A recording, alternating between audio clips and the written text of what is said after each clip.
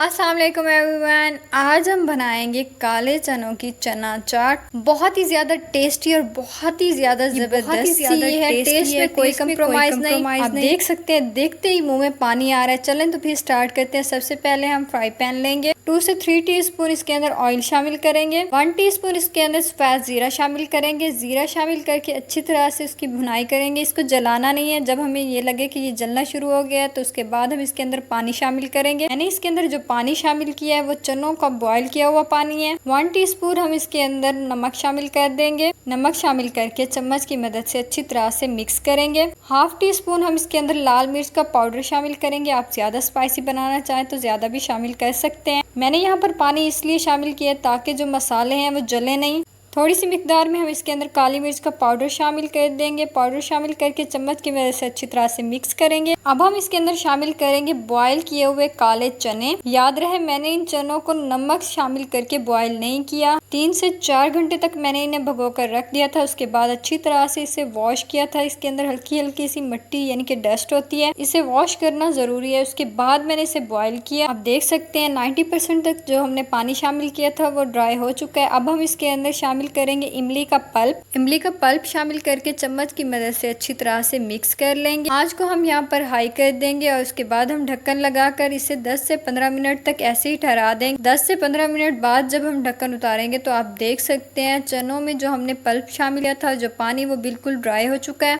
अब हम आंच को बंद कर देंगे। मैंने इसके अंदर ज़्यादा मसाले शामिल नहीं किए, आप करना चाहें तो वो भी कर सकते हैं। अब हम एक बाउल लेंगे और उसके अंदर चनों को शामिल कर देंगे। जब ये चने अच्छी तरह से ठंडे हो जाएंगे यानी कि रूम टेम्परेचर पर आ जाएंगे, उसके बाद हम इसके अंदर आलू शामिल करेंगे। आलू को बॉईल करके छोटे छोटे पीसेज में कट करके शामिल करेंगे। उसके बाद हम इसके अंदर खीरा शामिल करेंगे और साथ ही प्याज। मैंने प्याज को इस तरह से कट कर लिया था और उसके बाद इसे वॉश कर लिया था अच्छे से। साथ ही हम इसके अंदर शामिल करेंगे टमाटर, हरे धनिया, हरी मिर्चें। साथ ही हम इसके अंदर मिंट यानी कि पुदीना शामिल कर देंगे। ये सारी चीजें शामिल करके चम्मच की मदद से अच्छी तरह से मिक्स कर लेंगे। अच्छे से मिक्स करने के बाद हम इसके अंदर शामिल करेंगे चाट मसाला। चाट मसाला बिल्कुल एंड पे शामिल करेंगे। आप देख सकते हैं मैंने इसके अंदर बिल्कुल भी ज्यादा स्पाइसी शामिल नहीं किया। अगर आपको ज्यादा पसंद है तो आप ज्यादा शामिल कर सकते हैं। चाट मसाला शामिल करके चम्मच की मदद से अच्छे से मिक्स करेंगे और अब हम इसे डिश आउट कर लेंगे। आप देख सकते हैं हमारी चना चाट हो गई है तैयार। बहुत ही ज्यादा टेस्टी सी ये चना चाट बनती है। इस तरीके से अगर आप बनाएंगे तो चनों के अंदर तक इसका मसाला अच्छे से जाएगा। अब हम इसके ऊपर नींबू का रस शामिल कर देंगे। उम्मीद है आपको आज की रेसिपी पसंद आई होगी। लाइक करना और कमेंट करना मत भूलिएगा। ऐसी बहुत ही ज्यादा टेस्टी सी रेसिपीज के लिए मेरे चैनल को सब्सक्राइब कर दीजिएगा। इंशाल्लाह नेक्स्ट वीडियो में मिलेंगे एक न्यू रेसिपी के साथ। तब तक अल्लाह हाफिज।